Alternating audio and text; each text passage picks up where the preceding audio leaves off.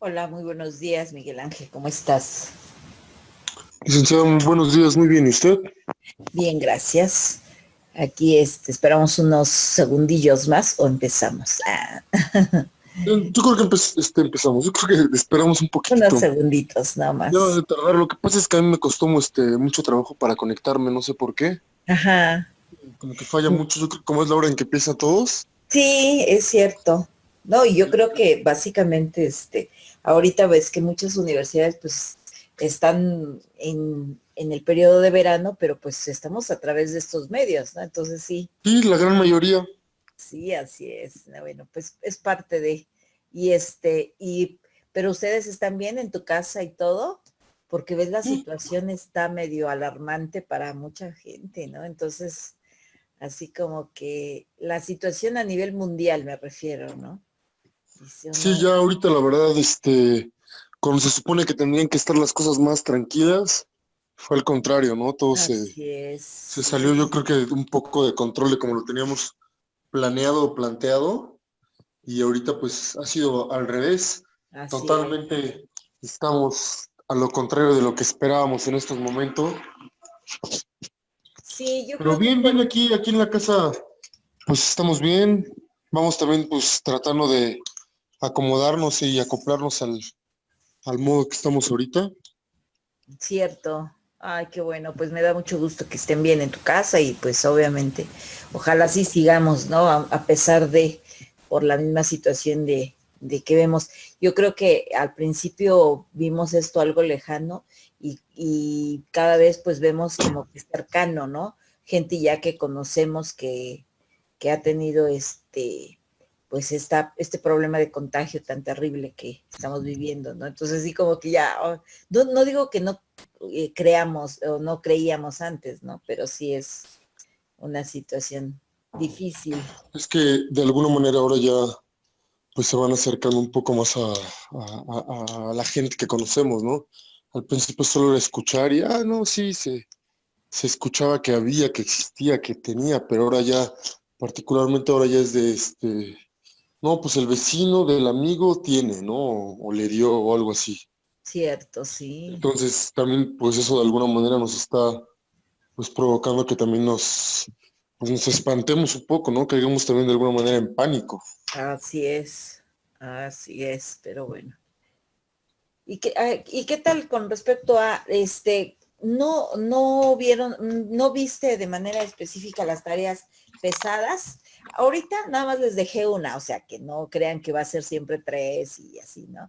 Ahorita para la próxima semana nada más va una, ¿no? No hay tanto Sí, problema. particularmente, pues siempre estábamos acostumbrados o realmente no nos habían dejado así como que para empezar o de alguna manera pues tres tareas, ¿no? La verdad no Ajá, estuvieron sí, un poco, no tan difíciles pues porque solo había que investigar sobre que lo mismo. contestar algo. Sí, Sí. sí, sobre lo mismo.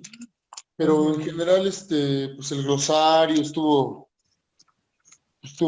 bien, también los artículos. ujú. Entonces no se me hizo, y nada más, y No, leer no, el lo que resumen, pasa no es y ver el que video. sí, no, fíjate que en determinado momento, pues sí, cuando somos nuevos también, pues sí me gusta preguntarles porque por obvias razones, pues para ver cómo nos adaptamos, ¿no? O sea, no hay tanto conflicto. Por ejemplo, ahorita sí les dejo una actividad para la próxima semana del código también, pero por ejemplo, la siguiente semana generalmente nada más les dejo a lo mejor algo más sencillo y a lo mejor la siguiente también, ¿no? O sea, no es el ritmo a seguir tres, ¿no? Por ejemplo, en este caso, a final de cuentas, por esa razón también dije, no, pues me voy a ver, sobre todo para que nos vayamos ubicando como grupo y como comentas, hola, Elisa, ¿cómo estás? Muy buen día. Veo que ya se agregó, ya Buenos te días, agregaste. Ujú. buenos días, ¿Qué tal? aquí ¿Cómo estás? Buenos despertando. días. Qué bueno, buen día para ti también. Y Gracias. sí, pues, o sea, obviamente conocernos básicamente en ese sentido y también comentarlo con ustedes, ¿no? O sea, cómo vamos para ver el ritmo por el tiempo que llevamos generalmente, pues sí, para tratar de ver todo lo demás, ¿no? Sí, aquí el problema de las tareas, o sea, y me parece que les aplica a todos, sí, es que a veces como que el trabajo se nos carga más, ¿no? Entonces eso de alguna manera hace que o sea, no siempre se pueda. Es lo que me estaba comentando ahorita Miguel Ángel, entonces le digo, no, sin problema, ahorita, por ejemplo, dejamos estas tareas, en la de esta semana nada más es una actividad, pero de igual forma también, siempre a veces pongo una, a veces pongo, ahorita, perdón, pero fueron 3 y dije, ups, creo que no debía haberlo hecho. Pero en ocasiones no dejo actividad, simplemente que analicen o chequen lo que ya vimos, ¿no? Entonces no hay problema. No sufran tampoco por eso, no crean que va a ser eternamente 3, 5, ya va a aumentar, ¿no? No, pero de todos modos también, digo, por eso los escucho, para que estemos en la misma sintonía de lo que... O sea, en esa semana pues sí tuve chance de hacerlas, ¿no? Pero no siempre puedo todas, ¿no? Claro, sí, no, pues de alguna manera qué bueno que estamos en esto, pero pues sí, escucharlos para que también ustedes no, de alguna manera no se sientan hasta cierto punto rebasados, ¿no? Porque yo entiendo que precisamente la modalidad es por la actividad que ustedes tienen en la semana, ¿no? Y más con la situación que estábamos platicando, Miguel Ángel, y yo, antes de que te conectaras, pues la situación no es normal, ¿no? O sea, estamos viviendo una situación muy difícil, digo, totalmente atípica para todos, ¿no? Para toda la humanidad, ¿no? Entonces, bueno, pues Además es muy entiendo. complicado, o sea, es muy complicado porque como docente Sí, es muy pesado dar la clase, o sea, es pesadón. así es, sí. Oye, qué bueno que nos entiendes, María Elisa. Sí, No, sí, así es. es muy pesado, o sea, para mí es muy estresante. Es muy Sí, es cierto, así es. Bueno, Y el chicos, pues problema es que se dan diferentes plataformas, diferentes escuelas y es como que más...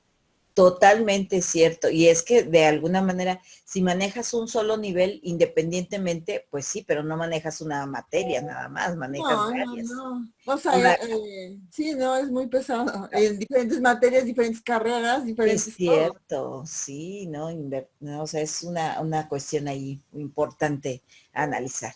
Muy bien, chicos, pues me da gusto saludarlos, que estén bien, obviamente, y empezamos para dar continuación a parte de lo que hemos estado viendo y vamos a estar viendo, por supuesto. Me voy a ir con todas estas diapositivas que vamos a ver el día de hoy, y me parece que una la vimos la semana pasada, la vimos parte de una que vamos a ver más adelante, la vimos la semana pasada. Entonces vamos a empezar como les comentaba yo, que sus diapositivas, sobre todo en materia de derecho, de teoría general del proceso. Entonces, algunas ya tienen algún, permítanme, algunos ya tienen alguna información, por supuesto, de esta materia, y pues vamos hacia adelante, ¿no? Nos vamos con el tema de formalidades judiciales, chicos. Las formalidades judiciales, cuando hablamos al principio veíamos que en materia de derecho procesal mercantil vamos a encontrar 2 opciones.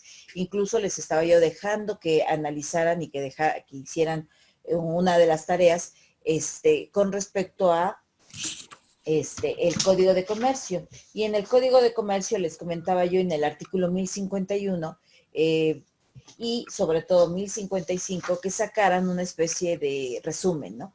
En el artículo 1055 nos señala que los juicios mercantiles van a ser ordinarios, orales, ejecutivos, así como especiales. Pero todos los juicios van a tener, por supuesto, que cumplir con ciertas formalidades dentro del procedimiento. Ahora, la cuestión es, tenemos juicios y tenemos el procedimiento arbitral. Ahorita únicamente vamos a hablar de los juicios.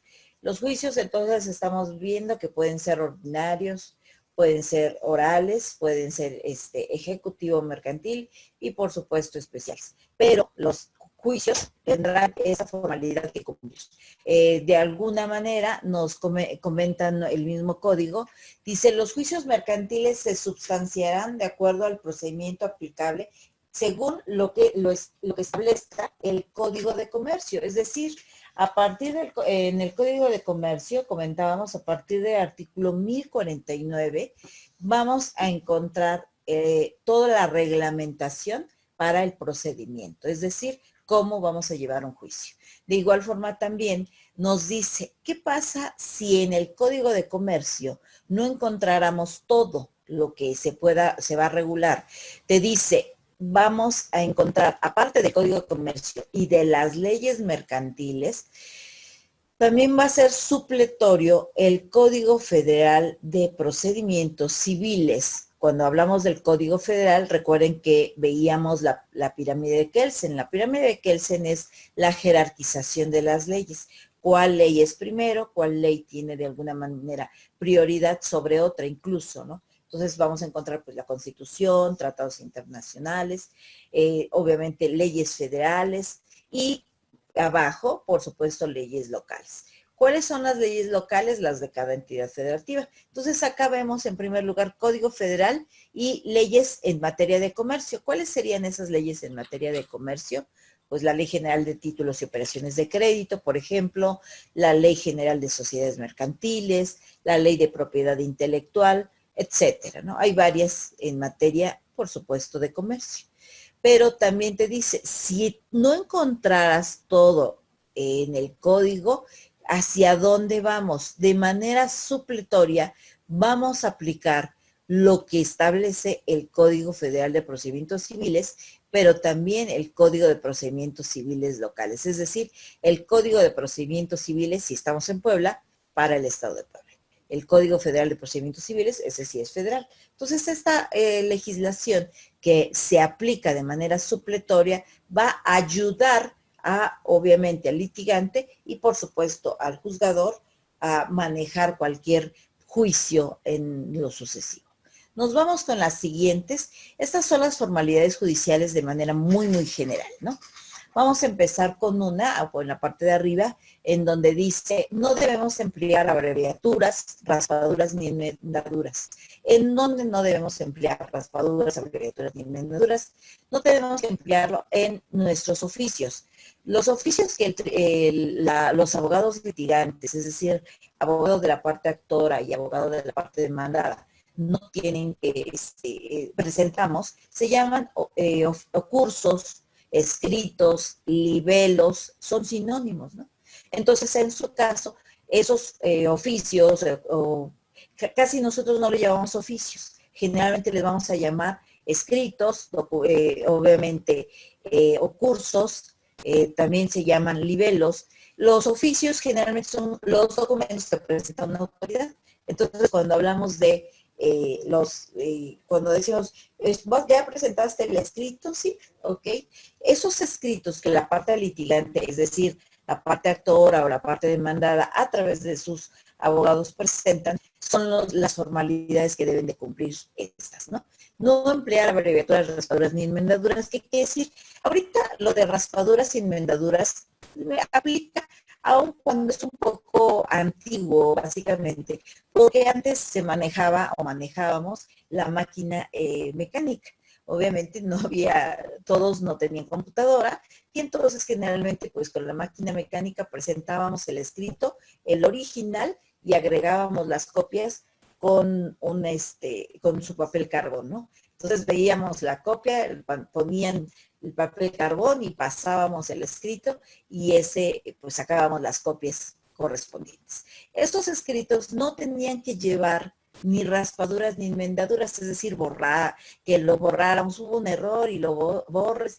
No, teníamos una fórmula, si se equivocaba alguien, teníamos que testar, es decir, pues ni poníamos guioncitos sobre la palabra, pero que la palabra se viera, y una vez esos guioncitos poníamos, no vale, lo que sí vale, o sí vale es lo siguiente, ¿no? Entonces sí era muy simpático. Había unos correctores que había antes, todavía los veo ahora con los memes, no, pues esos no los utilizábamos, ¿no? Realmente, porque de alguna manera te decía que no debía tener ese tipo de raspaduras, es decir, que borraras, o enmendaduras, es decir, que agregaras algo al escrito. tenía que estar íntegro básicamente el escrito. Ahora pues ya con las impresoras, pues ya básicamente pasamos casi a esta situación ya de no tener este problema, ¿no?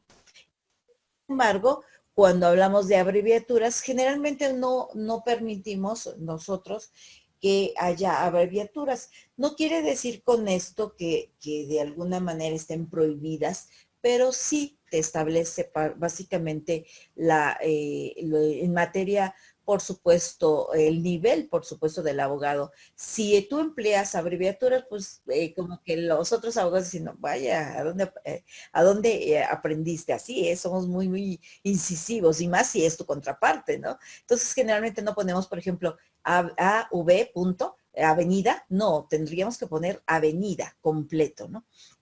De igual forma también, en su caso, señor, SR, no, tendremos que poner señor. Generalmente todos nuestros escritos, cuando dirigimos a la autoridad, vamos a poner ciudadano juez, lo mismo, C, juez, generalmente no ponemos C, punto, juez, no, vamos a poner ciudadano juez. Pero pues básicamente esto lo vemos en lo vamos a ver un poquito en la siguiente clase.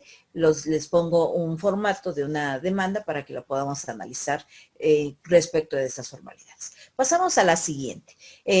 Las horas hábiles. Las horas hábiles nos establecen obviamente de 7 a 19 horas, nos dice el código, obviamente. ¿De dónde sacamos estas formalidades? Del mismo código. Las horas hábiles tienen que ver con el horario, no quiere decir el horario que esté abierto el tribunal, quiere decir que el horario en que pueda estar habilitada las actividades que realice el tribunal. Entonces son de 7 de la mañana a 19 horas, independientemente que el tribunal pues es a partir de las 8, cuando empiezan a llegar obviamente el personal, y a las 3 de la tarde las oficialías cierran. Entonces, en su caso, pues tú dirías, ¿cómo si me dijo el código que es de 7 a 19 horas y la oficialía ya cerró a las 3 ya? No recibe ningún documento que pues vayas a presentar, ¿no? Pues lógico, lo que pasa es que el horario de 7 a 19 horas tiene que ver básicamente para efecto de cualquier actividad que se realice dentro de ese horario tiene validez. Una actividad que podría manejarse si tiene validez es una notificación.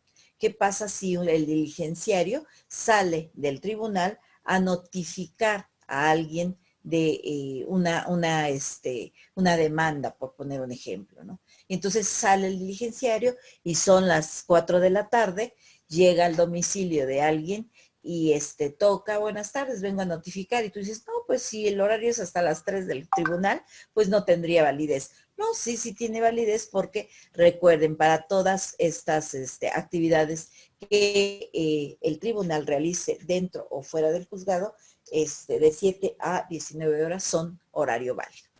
El tribunal te va a decir que también todas las actividades tienen que hacerse o realizarse en días hábiles. Entonces, en días hábiles, pues recuerden que generalmente esos días hábiles, los días festivos no cuentan en su caso. ¿Por qué? Pues porque si es día festivo no se considerará día hábil. Los domingos no es un día hábil. Sin embargo, recuerden que el tribunal podría habilitar para alguna diligencia que lo considere necesario los días y también las horas inhábiles. Solo y siempre y cuando pues así lo considere, obviamente por extrema necesidad. Entonces el juez determinaría, a pesar de ser inhábil, se considera necesario obviamente habilitarlo para realizar una actividad determinada, pero siempre y cuando se funde y motive esta situación. Si no, tendría que realizarse siempre dentro de estos horarios, ¿no?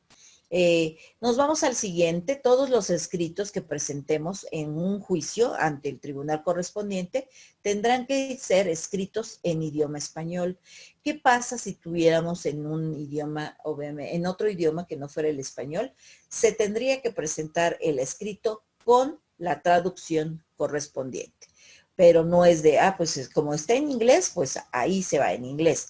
Tendría que ser en inglés y, por supuesto, de la mano con la traducción de ese mismo documento al idioma español, ¿no? ¿Pero esto aplica también para los dialectos? En este caso, sí. todos los idiomas básicamente, con respecto a si estuviéramos hablando de un documento o un escrito, para ello sí se tiene que manejar. Y más si estuviéramos hablando básicamente de documentos o de contratos o cuestiones que estuvieran en cualquier otro idioma, se tiene que manejar, porque si no se estaría vulnerando básicamente el derecho, por supuesto, de cualquier pueblo, y más si fuera indígena. Recuerden que tenemos que cuidar los derechos de los pueblos indígenas en su caso. Entonces el juez tendría que establecer la traducción también para este tipo de documentos. Entonces va para todos, no nada más para idioma de alguna manera de algún otro país, sino también para los dialectos. Nos vamos con el siguiente y dice referencia al número de expediente. Esta referencia al número de expediente tiene que ver con cuando nosotros presentamos una contestación a la demanda, ofrecemos pruebas o algún otro documento. Vamos a ver ahorita en su caso, cuando hablamos de un expediente, generalmente la formalidad de nuestros documentos tiene que establecerse ciertas características para esas formalidades. En este caso, en la parte superior derecha de nuestro escrito, siempre tenemos que poner el número de expediente. Ahorita lo vemos, aperturamos algún oficio y lo vemos. En la parte superior derecha del expediente, vamos a poner expediente número, por ejemplo, 320 diagonal 2019, ¿no? Y entonces, en este caso, esa referencia al número de expediente, cuando presentamos nuestro escrito en ese tribunal, en ese juzgado, perdón, pues lo que va a hacer es, el expediente 3029, por ejemplo, 2019, diagonal 2019, lo vamos a buscar y lo vamos a agregar a ese escrito. Ahorita checamos. Las demandas no llevan número de expediente porque las demandas todavía no sabemos. Entonces, cuando vamos a redactar una demanda, vamos a poner ciudadano juez en turno, porque todavía no sabemos qué juzgado es. A lo mejor nada más es uno, el de la localidad, pero si son 2, 3, 4, entonces posiblemente nos toque el número 1, el número 2, el número 3 o el número 4. Y entonces, como no sabemos, va a haber una oficialía general. Cuando llegamos al tribunal, vamos a poner el ejemplo aquí en Puebla, llegamos suponiendo a Ciudad Judicial en materia de fuero común, llegamos a Ciudad Judicial y no vamos a llegar al juzgado primero o al juzgado segundo o al juzgado tercero. Hay una oficialía común que le llamamos. Entonces, cuando llegamos con una demanda por primera vez, pues obviamente vamos a iniciar un juicio, vamos y nos dirigimos a la oficialía común. Por eso se llama oficialía común de partes, porque no es de un juzgado en específico. Entonces llegamos a esta oficialía. Allí llegamos con nuestra demanda, con nuestros documentos adjuntos, que vamos a ver un poquito más adelante. Y esa demanda vamos a llevar la original, nos vamos a llevar las copias que se llama correr traslado, las copias para las partes, es decir, las partes demandadas, y por supuesto un acuse de recibo, es decir, otro juego, son los números de juegos, ¿no? Entonces, juego 1 es el original, juego 2, mi acuse de recibo, juego 3, 4, 5, el número de demandados que consideramos que hay. A lo mejor nada más es un demandado, pero a lo mejor son 2 o 3, es el número de juegos que vamos a agregar, ¿ok? Esos números de juegos de nuestra demanda con los documentos adjuntos, los vamos a presentar en oficialía. En oficialía te lo reciben, los sellan, número de hora, obviamente la hora y el día, es muy específico, lo reciben, y te devuelven tu acuse de recibo, por eso así se llama. Y luego dicen, ¿cuál es su acuse de recibo? Este es mi acuse.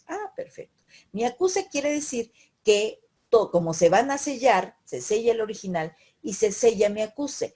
Mi acuse es el que me van a dar y es el que yo voy a tener para tener básicamente y justificar la hora y la fecha que estoy entregando mi demanda, ¿no? Y entonces ya digo, ya inicié. Ahí me sellan y me dicen, ok, ya, no hablamos, no decimos cuándo. Sí, Elisa, te escucho. Está uno de los compañeros levantando la mano. Ay, perdón. A ver, denme un segundo. Sí, Miguel Ángel, te escucho. Nada más era para preguntar, en este caso nos van a sellar todos los juegos que llevemos. No, nada más dos, el original y el acuse de recibo. Ah, muy bien. El original es el de, ay, perdón. Y digamos como el que nos quedamos nosotros o el que se maneja y el otro es como para nuestro cliente, ¿no? No, el original es el de nosotros, el del juzgado. El original es el que se va a quedar en el juzgado para hacer el expediente. Es el que vamos a agregar. Cuando ustedes lleguen al juzgado, va a haber un expediente y pues va a estar la demanda que ustedes presentaron. Ese es el que va a tener el sello. Y el segundo sello es el acuse de recibo, es el de nosotros. Lo que tú dices, básicamente lo que acabas de mencionar es para nuestro cliente. Generalmente no se lo damos a nuestro cliente, es para nosotros. Al cliente a veces le damos una copia. Una copia, pero sin sello. ¿Cómo? ¿Perdón? Una copia, pero sin sello. No, la copia del sello, o sea, la copia sellada, haz de cuenta, pero le sacamos fotocopia. Sí, o sea, en ese sentido le sacas copia una vez sellado, ya le dices al cliente, ya lo presentamos, porque como comentas tú, muchas veces el abogado les da una copia, pero sin sello, y entonces, pues no sabes si ya lo presentó o no, ¿no? Dice, no, ya está. Y tú dices, digamos que de alguna manera no es válido, ¿no? Exacto, no sabe, exacto. Está en curso, ¿no? Ok, entonces, a ver, yo tengo una duda. Entonces, cuando se presenta que lo sellan, ¿te lo prestan para que le saques copias? No, se te queda a ti. El acuse de recibo es tuyo. No, pero el sellado, ¿el acuse de recibo es un documento o es otra copia? No, es una copia de la demanda. Bien, ya. Sí. O sea, por eso decíamos, ya elaboras tu demanda, ya que tienes tu demanda elaborada. Una vez que has elaborado esa demanda, lo que hacemos básicamente es agregar los documentos fundatorios. Por ejemplo, vamos a suponer que es una demanda de un juicio ejecutivo mercantil. Tienes que agregar el pagaré, que es el que vas a cobrar, ¿no? Entonces agregamos pagaré en original y pagaré con las copias. Si no agregas el original, te van a desechar la demanda. Entonces ahorita vemos qué documentos tenemos que agregar. Entonces ya tienes tu demanda.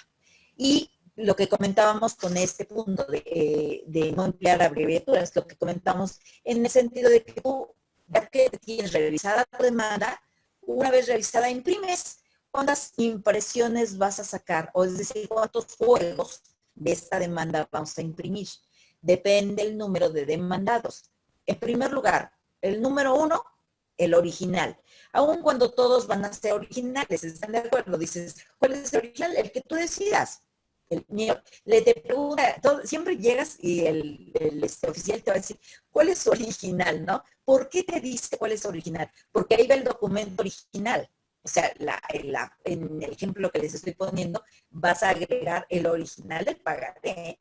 Y entonces él tiene que señalar, se entrega demanda con pagaré original. ¡Wow! Entonces, ese es tu acuse, es decir, ese es tu comprobante que estás presentando una demanda con un pagaré original. Si te lo perdieran, ahí sí es su problema del tribunal, ¿eh? Dices, yo agregué el original del pagaré, porque recuerden que si no hay original no puedes cobrar. Entonces, en ese sentido, pues entramos. Ok, ya tienes tu demanda, la imprimes, la llevas, pero decíamos que ¿cuántos juegos? El juego número 1 es el original y ese se va a ir para el tribunal. Es decir, el juzgado te va a recibir uno y ese es el que se va a coser. Recuerden que los expedientes se cosen, ¿no? Ahorita checamos uno, a ver si lo puedo abrir en este caso. Y bueno, los expedientes en determinado momento, tenemos el original para el juzgado. Segundo, tenemos nuestro acuse de recibo, es otro juego de demanda. Después, otro juego de demanda es para el demandado, porque el demandado le tienes que agregar una copia, porque si no, ¿cómo te va a contestar la demanda? O sea, te dicen, fulano de tal demanda a alguien que el cobro del pagaré. Ajá, ¿y qué me está demandando? A él, el tribunal lo recibe, va a recibir tu demanda y le va a pasar al demandado copia de tu demanda y le dice, tienes un término para contestar la demanda. Solo tienes 8 días, por ejemplo, en el juicio ejecutivo. Ah, ok, y entonces el demandado tiene que contestar. ¿Cómo va a contestar tu demanda si no le dieras? No, pues no podría. Entonces, en este caso nos vamos en ese sentido. Tenemos si tuviéramos solo un demandado, pues es eso se llaman traslados, chicos. A pesar de que es nada más la misma demanda, ¿no? Entonces, por eso como que a veces nos confundimos, porque si oye, ¿cómo? En su momento. Entonces tenemos juego 1, expediente, original, como diría. Juego 2, para nosotros, acuse de recibo. Juego 3, para el demandado. Si fueran 2 demandados, entonces juego 3 y 4, ¿no? De la demanda con copia de los documentos. Ya que los tenemos, llegamos y presentamos a la oficialía. Presento original más las copias para mis demandados. También mi acuse de recibo. Entra, tienen un checador, checa. 1, ese es el original para el tribunal. Checo el siguiente checado para mi acuse. En el acuse te dicen, siendo por ejemplo, vamos a suponer que ayer llevaron una demanda al tribunal y entonces ahí en el checado va a aparecer la hora. Por ejemplo, 10 de julio a las 12 horas o 12:10 del día, ese es el checado. Y aparte, el oficial, la persona que está recibiéndote, te pone, se recibe 2 traslados, es decir, original más 2 traslados. Quiere decir, aparte del original que va a ser para el juzgado, 2 para 2 demandados, por ejemplo, ¿no? Algunos abogados ponen, si son 2 demandados, ponen 3 por si falta, dicen, no, pues ponemos otro, ¿no? Pongo 3. O sea, ahí sí no hay un límite, tampoco se va a poner 10, porque pues, se supone que sabes cuántos demandados hay, ¿no? Si nada más hay un demandado, algunos agregamos 2 traslados, ¿no? Entonces ponemos 1 y original más 1 o más 2 traslados. Y eso lo anota y te pone documentos, un pagaré, por ejemplo, ¿no? Si agregaras una carta poder, si fuera otro tipo de juicio, una escritura o copias de una Miss, ya no se le escucha muy bien. escritura, pero te pone si son originales o copias. Ay, perdón. A ver si, sí, me apareció ¿ya se escucha bien, chicos? Ya, Sí, Miss. Miss. Ay, gracias, qué bueno. Sí, así interrúmpanme en caso de si no escuchan bien, porque a veces sí pasa la situación de la tecnología. Ok, entonces en nuestro acuse se va a anotar qué documentos estamos agregando y ese acuse, una vez anotando en el margen la hora, con el reloj checador, el día de la fecha de presentación y los documentos que estamos adjuntando, ese nos los devuelven. Por eso se llama acuse de recibo. Una vez que nos devuelven el formato de nuestra demanda, ya estamos seguros que entró. Todavía no estamos seguros que haya sido admitido, pero entró en nuestra demanda y decimos, ya vamos a esperar. Ahora, vamos a esperar que el tribunal nos toca. Les decía yo, hay lugares en donde nada más hay un tribunal. Entonces, pues ya sabemos que ese es el tribunal, nos va a tocar. Pero en otros lugares hay juzgado 1, 2, 3, 4, 5. Entonces, de manera aleatoria, nos van a señalar qué tipo de juzgado es. el sellado, ahí es donde nos dices, le toca el juzgado de quinto. O sea, va variando porque antes era juzgado 1, 2, 3, 4 y 5, vamos a suponer. Y entonces él llegaba y dice, te toca el juzgado primero. Después te toca el juzgado segundo, tercero. Y entonces los abogados, pues por comodidad, o a veces conocías a todos los del juzgado tercero, esperabas, llegaba y decía, ¿en qué juzgado van? Van en el primero. Ah, bueno, espero. Alguien llegaba con una demanda, sabías que le tocaba el segundo y ahora sí ya me toca el tercero. Y después para quitar eso, decían que eran unos vicios de que pues tú conocías a todos los del juzgado y todos tus expedientes estaban en un solo juzgado, pues entonces ya los quitaron y ahora es aleatorio. Es decir, no sabes qué juzgado te va a tocar. Cuando llegas, presentas la demanda, y ahí es donde ya te dicen, le toca el juzgado tercero, le toca el juzgado primero, segundo, lo que sea. Ok. Ya una vez teniendo el número de juzgado, no vas a ir más que al día siguiente, porque ese día pues se los van a dar, se los van a pasar hasta en la tarde, ¿no? Entonces ya el juzgado tercero, por ejemplo, nos tocó el juzgado tercero, perfecto. Vamos al día siguiente, ahora sí, de manera directa al juzgado tercero. Entramos al juzgado tercero. Hay una oficialía, un área que se llama oficialía, pero del juzgado tercero. Entras primero, puerta, juzgado tercero, en nuestro caso se llaman especializados en materia mercantil o especializados en materia financiera, me refiero en nuestro caso de nuestra materia. También hay juzgados civiles. Nosotros ahorita nos vamos a los especializados en materia civil, mercantil o especializados en materia financiera. Entonces entramos al juzgado tercero, que es el que nos tocó. Buscamos el área que se llama oficialía y en la área de oficialía va a haber unos libros. Un libro que se llama libro índice. Ahí el libro índice, dependiendo el año, si estamos en el año 2020, vamos a buscar el libro índice. Si no está, le preguntamos al abogado de oficialía, ¿dónde está su libro índice? Acá está, permítame, ya nos los da o luego dice, estoy ocupándolo, permítame un momento. Bueno, nos los da y ahí vamos a buscar el nombre del actor o del demandado. Y una vez buscando el nombre del actor o del demandado, es decir, si nosotros llevamos al actor, pues vamos a encontrar el nombre. A lo mejor es una empresa, se llama Troquelados de Puebla S.A.D.C.B. Entonces vamos a buscar Troquelados de Puebla S.A.D.C.B. Y si es una persona moral, pues se llama Juan Pérez Pérez. Bueno, vamos a buscar Juan Pérez Pérez. Y en oficialía, en el libro de índice, vamos a buscar, ya está aquí y ya va a tener un número de expediente.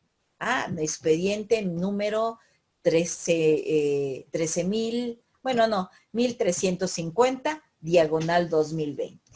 1350 diagonal 1350 diagonal 2020. Perfecto. Ese va a ser ya nuestro número de expediente y es el que en lo sucesivo, todos los documentos que vayamos a presentar, tenemos que ponerlo en nuestros oficios, siempre. Ese número de expediente en este caso. Vamos a seguir con las siguientes de lo mismo. Margen de una quinta parte para la costura. Nuestra demanda, que es nuestro documento principal si es que eres el actor, o la contestación de la demanda si es que eres el demandado, nosotros lo vamos a presentar o lo vas a elaborar en un documento, una hoja oficio. Nosotros manejamos en tamaño oficio, ¿no? Pero recuerden que tenemos que ponerle una quinta parte para del margen, sobre todo el margen izquierdo. Del margen derecho es un margen más pequeño, pero del margen izquierdo siempre tiene que ser un margen grande. ¿Por qué? Porque aquí lo dice para la costura. Recuerden, todos los expedientes se van a coser y entonces al coserse, por supuesto, si tú no le dejaras el margen suficiente a la hora de meter la costura es una aguja y un hilo, así literal, eso es la costura. Entonces, meten la aguja, el hilo y le ponemos un nudo, como dirían.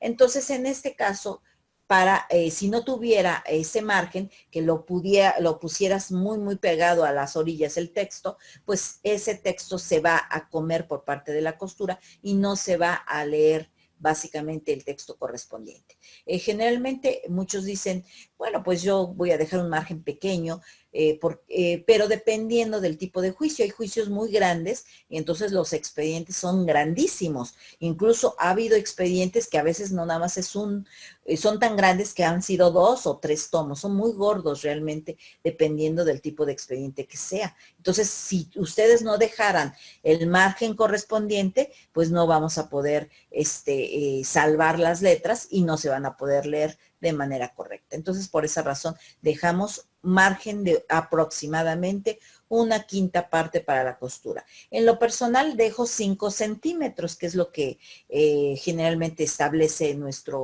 ya nuestras impresoras, o bueno, en el formato ya en materia de Word, ¿no? Entonces, en este caso, para poder verlo. Nos vamos con la siguiente. Dice, fechas y cantidades con letra y artículos con número. En nuestra demanda o en nuestra contestación o en todos nuestros oficios que presentemos, las fechas y las cantidades, obviamente, vamos a manejarlas con letra. Es decir, si vamos a poner con fecha 8 de noviembre de 1990, en este caso vamos a ponerlo todo con letra.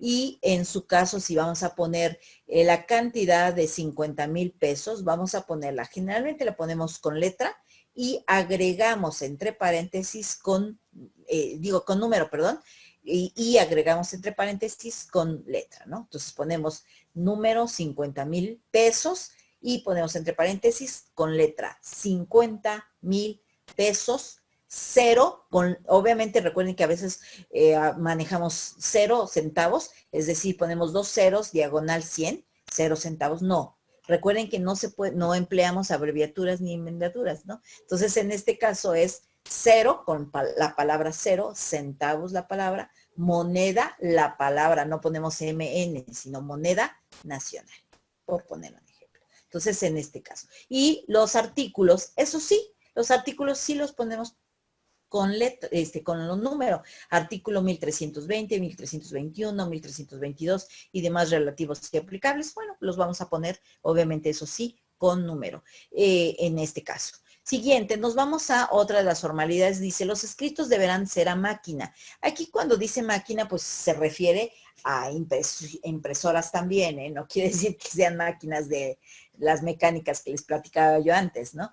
Te dice, escritos a máquina, tienes que imprimirlos, pero también te dice, en casos urgentes, podrías utilizarlos, podrías presentar un documento escrito a mano y podría, obviamente, proceder. No es de que, ay, pues tiene que ser a máquina y, bueno, en impresora, y si no hay, pues ni modo, ¿no? No lo puedes hacer, no. En casos urgentes sí tendrías que hacerlo. De ahí va en donde les comentaba yo la importancia de que ustedes tengan que redactar para efecto de que, pues, por supuesto, estos escritos, ¿qué tal si ustedes en este momento te dicen, presenta de una vez el escrito? Ay, pero ¿a dónde? Si hay área de cómputo, bueno, ya la hiciste, a lo mejor llevas tu memoria, pero si no, pues en ese momento, luego en algún momento, en una ocasión, una juez me dice, abogada, de una vez solicítemela y le acuerdo en este momento, ¿eh? Y le dije, ¿de verdad, abogada? Sí. Dice, ¿sabe qué? Le presto una hoja. Así, literal, ¿eh? Y bueno, no una hoja, eran 2 porque tiene que firmarme mi acuse de recibo, ¿no? Y entonces tuve que hacerme 2 oficios solicitando X situación. Y oficio 1, oficio 2, presento y ella recibe y en ese momento recae el acuerdo del juez. Entonces, era un favor que me estaba haciendo la juez porque me dijo, se lo acuerdo en este momento, pero solicítemelo. Un juez no puede solicitar algo que, no puede manejar algo que no le está solicitando, por eso me dijo, solicítemelo de una vez. Y en ese momento, pues me puse a redactarlo a mano, ¿no? Entonces, por esa razón, sí es permitido. Y ahorita con la situación que estamos manejando, pues mucho más están entrando a través de medios cibernéticos. Es decir, ya estamos manejando los juicios a través de línea, ya se están abriendo también para manejar los juicios, las audiencias también por vía virtual. Así como estamos tomando nuestra clase, igual se están ya tomando las decisiones de cómo podemos comparecer en un juicio o en una audiencia a través de estos medios, ¿no? Entonces, pues realmente la situación actual nos ha generado pues esta cuestión, ¿no? Nos vamos a pasar, chicos, preguntas de aquí o nos vamos. Ahorita, en la próxima clase que agregue yo un formato, volvemos a analizar parte de estos para que podamos manejar más claramente esto, ¿no? Nos vamos con un tema que se llama acciones. Les digo siempre que es una acción y te dice, la acción es el derecho que asiste a la persona para acudir ante tribunales y solicitar la intervención de la actividad judicial. Es decir, yo solicito o yo creo que tengo un derecho y, por supuesto, sobre ese derecho voy a presentar o a ejercitar una acción. ¿Cómo se ejercita la acción? A través de esto, una demanda. Por lo tanto, la demanda es el medio de ejercer la acción. Y a la persona que está presentando la demanda, por esa misma razón, porque está ejercitando una acción, le denominamos actor. Por eso cuando llegas al tribunal te dice si eres la abogada o eres el abogado, te va a preguntar la persona del tribunal, ¿usted a quién lleva, al actor o al demandado? Quiere decir que tenemos dos sujetos, un sujeto actor, que es el que está presentando la demanda, y el demandado, que es el que está contestando la demanda, ¿ok? Entonces, vemos, mediante el ejercicio de la acción podrá perseguirse, generalmente, dice, podrá perseguirse, ay Dios, permítanme, es que mediante el ejercicio de la acción podrá perseguirse que se condene al demandado a realizar una determinada prestación, que se declare la existencia o la inexistencia de un interés legítimamente protegido o de un hecho o acto, la constitución, modificación o extinción de un estado o de una situación jurídica, así como la aplicación de normas jurídicas. Es decir, a través de la acción solicitamos algo. Quiero que se me restituya un derecho o quiero que se cumpla cierta situación o se me reconozca o de alguna manera algo. Entonces, a través de la acción podemos solicitar básicamente una serie de situaciones. Nos vamos con la otra parte. Cuando hablamos de acciones, es la demanda.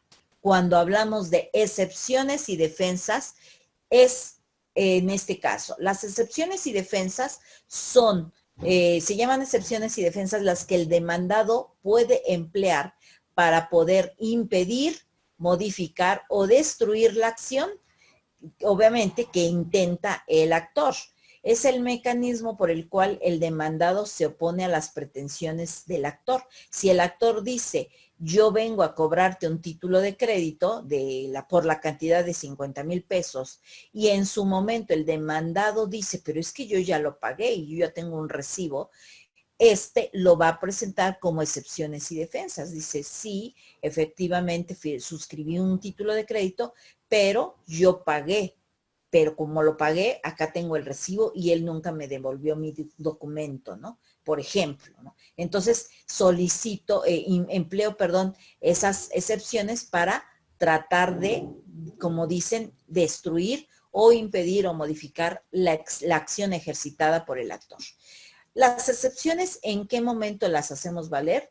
A través de la contestación y quien las va a hacer valer es el demandado. En este caso, cuando hay una oposición, ¿qué pasa si el demandado dijera que sí a todo lo que estemos pidiendo? El señor fulano de tal me suscribió un pagaré y en la demanda, dice el actor, ¿no? Y por la cantidad de 50,000 pesos. Y hasta la fecha no me ha pagado. Y entonces, pues solicito que me pague con intereses. Y eso es de manera muy, muy general en lo que dice nuestra demanda. Y el demandado dice, sí, yo pagué, yo suscribí este título y efectivamente no lo he pagado. está oponiendo excepciones y defensas, es decir, está empleando medios para impedir, modificar o destruir la acción. No, está diciendo que sí. Entonces ya no está, se llama contestar a la demanda, pero allanándose. Es decir, estoy conformándome, es decir, estoy de acuerdo con lo que el actor está pidiendo. Y ahí ya no tendríamos juicio. ¿Por qué? Porque el juez dice, pues si el actor demanda la cantidad de 50,000 pesos y el demandado dice, sí es cierto, se va en automático a sentencia. El juez va a decir, no tengo materia de litis. Esa es la materia de litis. Materia de litis es el actor en su demanda exige algo y el demandado se opone a eso. Si no hubiera oposición, no hay litis, ¿no? Entonces, por esa razón vamos a manejar que en la contestación, si el demandado opone excepciones y defensas, entonces hay una resistencia del demandado a precisamente el cumplimiento de las exigencias del actor. Y entonces ahí es donde tenemos el conflicto, el litigio del que hablábamos al principio en la clase pasada, y por supuesto el conflicto que se va a dirimir ante el tribunal. Dice, para defenderse de una demanda e impugnarla, el demandado podrá negar o contradecir todos o parte de los puntos de hechos y de derecho en que aquella se funde y aducir hechos que tiendan a impedir o modificar o destruir la acción. Es decir, en caso de que oponga excepciones y defensas, puedo decir si es cierto al punto número 1 de los hechos, si es cierto al punto 2 de los hechos de la demanda, pero al punto 3 de la demanda que yo estoy contestando, no es cierto, ¿no? Entonces lo vamos a ver, lo vamos a ver con respecto a la demanda y la contestación para ver cómo vamos dando contestación a las demandas. Siguiente, de acuerdo al Código Civil del Estado de Puebla, nos señala que estos son los requisitos que debe tener nuestra demanda. Y el Código de Comercio también nos señala que nuestra demanda en el juicio oral mercantil son muy similares, ¿no? Si ustedes se fijan, son muy similares. Nos vamos a este análisis, al del juicio oral mercantil. Te dice, ¿qué debe de contener la demanda? Primero, la demanda tiene que estar dirigida ante el juez que se promueve. 2, el nombre y apellido o denominación o razón social del actor y su domicilio. Es decir, si es una persona física, tenemos que poner Juan Pérez Pérez. Denominación social o razón social en caso de que sea lo que decíamos, Troquelados de Puebla SADCB, representada debidamente por el licenciado Tomás Sánchez Sánchez, por ejemplo, ¿no? Y su domicilio. Además, tenemos que agregar el nombre y apellido o denominación social del demandado, es decir, a quién vamos a demandar, y su domicilio, porque también recuerden que el domicilio para poder ser emplazado. El emplazamiento tiene que ver con, por supuesto, la notificación hacia el demandado de la demanda. Es decir, vengo a notificarle que tiene usted una demanda, tiene usted un término para dar contestación y, por supuesto, ese término es de 8 días, ¿no? Entonces, pero el tribunal tiene que tener el domicilio, si no, ¿a dónde va a ir, no? Ahora, recuerden, ¿qué pasa si no tuviera yo el domicilio? Lo vemos en el código, básicamente en las formalidades. Eso es parte de lo que les estoy pidiendo que lean, básicamente, para la próxima clase. Siguiente, prestaciones. Con respecto a las prestaciones, es el objeto u objetos que se reclamen con sus accesorios. Estas prestaciones es, ¿qué es lo que estoy pidiendo? ¿No? ¿Qué estoy demandando? Estoy demandando, les comentábamos en el ejemplo que estoy trabajando con ustedes ahorita, decíamos, estoy demandando el pago de la cantidad de 50,000 pesos, por ejemplo. Siguiente, ¿qué más demando? Demando el pago de los intereses que se han generado por el incumplimiento de la obligación hasta de un 2%, por ejemplo, ¿no? En este caso. Pago de gastos y costas que genere este juicio. Eso es lo que estoy demandando. Ok, perfecto, estoy en prestaciones. Nos vamos siguiente. Nuestra demanda también tiene que tener hechos. Cuando hablamos de estos hechos, hablamos de que el actor debe de fundar su petición y debe señalar todos los hechos de manera cronológica, de preferencia, es decir, con fecha tal, suscribimos un título de crédito, hecho número 2, los demandados me entregaron sus copias certificadas, su copia de sus, por ejemplo, de sus identificaciones, hecho número 3, con fecha tal, fui a su domicilio a requerirles el pago de manera extrajudicial, a lo que me dijeron ciertas situaciones. Hecho número 4, hasta la fecha no me han podido pagar, es por eso que me veo en la imperiosa necesidad de venir a cobrar este título de crédito por esta vía, por ejemplo, ¿no? Entonces estoy señalando qué pasó con respecto a, para que el juzgador sepa de qué estamos hablando, ¿ok? Estás pidiendo cierta situación, cómo pasaron los hechos. Entonces, esto, pues, de alguna manera, la redacción de las demandas, pues sí es importante esa estructura saberla, ¿no? Siguiente, derechos. Los derechos aquí vamos a poner, son fundamentos de derecho y la clase de acción que vamos a citar los preceptos legales. Es decir, ¿es usted competente, señor juez, para conocer con fundamento en los artículos? Es lo que vamos a poner. Siguiente, el promovente tiene plena capacidad para promover el presente juicio y nos vamos con los artículos correspondientes. Aquí vamos a poner fundamentos de derecho, es decir, los artículos que tienen que ver y tendrán relación con nuestro juicio, en este caso.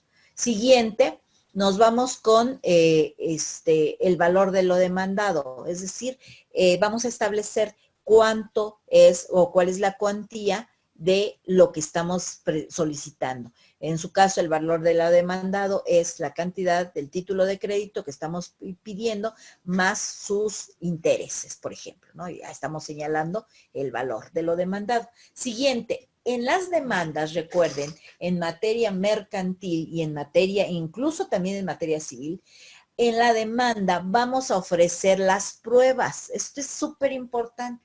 Vamos a poner las pruebas que vamos a ofrecer ante el tribunal. Entonces, por eso ponemos aquí pruebas, ofrecimiento de las pruebas que el actor pretende rendir en el juicio, expresando el hecho de que trata de demostrar. Y por último, la firma del actor o bien del abogado patrono o de su representante, ¿no? Obviamente vamos a poner firma, pero antes de eso vamos a poner la fecha y también antes de eso vamos a poner generalmente una fórmula que nosotros utilizamos que generalmente se llama protesto a usted mis respetos o protesto lo necesario. En algunos casos, algunos abogados ponen atentamente.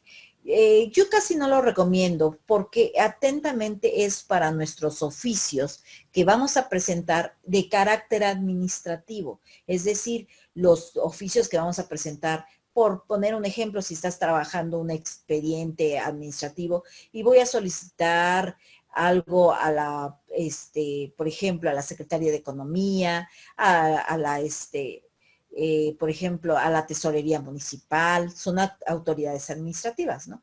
Y entonces a esas autoridades administrativas les voy a solicitar algo en una hoja tamaño carta, ciudadano tesorero municipal del municipio de Puebla, por el solicito, se sirva darme informes o algo, ¿no? Le estoy pidiendo y ahí sí pongo atentamente fecha y firma del que está solicitando.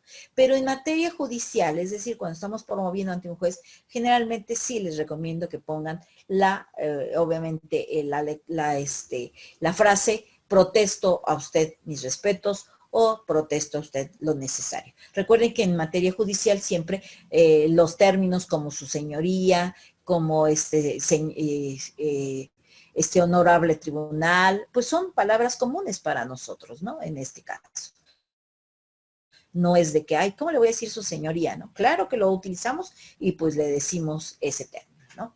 Nos vamos con el siguiente y nos vamos a la contestación de... Aquí hacemos un comparativo con el Código de Procedimientos del Estado de Puebla y en su momento, perdón, y en este caso la contestación a la demanda es, aquí, si ustedes se fijan, en la demanda no tenemos número de expediente porque les comentaba que todavía no sabíamos, pero en la contestación sí, porque el demandado le notificó el tribunal y cuando recibió la demanda, señaló un número de expediente. Entonces, aquí sí, el número de expediente ya vamos a agregarlo. Por eso es el primero.